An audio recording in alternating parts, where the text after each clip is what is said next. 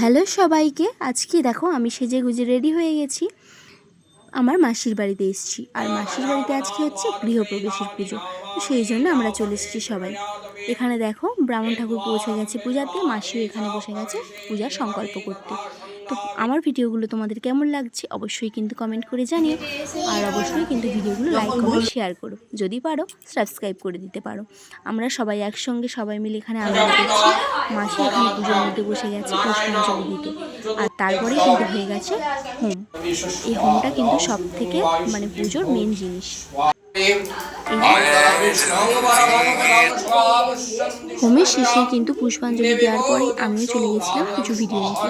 তো দেখো আজকে আমি একদম সিম্পল সেজেছি, একদম নরম একটা সুতির শাড়ি পরেছি, কারণ গরমের মধ্যে এর থেকে বেশি কিছু আর সাজের কথা মাথায় আসেনি। তো আমি একটু ঠাকুর প্রণাম সেরে নিলাম, আর তারপরে কিন্তু আবারও দেখা হচ্ছে নেক্সট ভিডিওতে। ততক্ষণ তোমরা দেখতে থাকো আমার ভিডিও।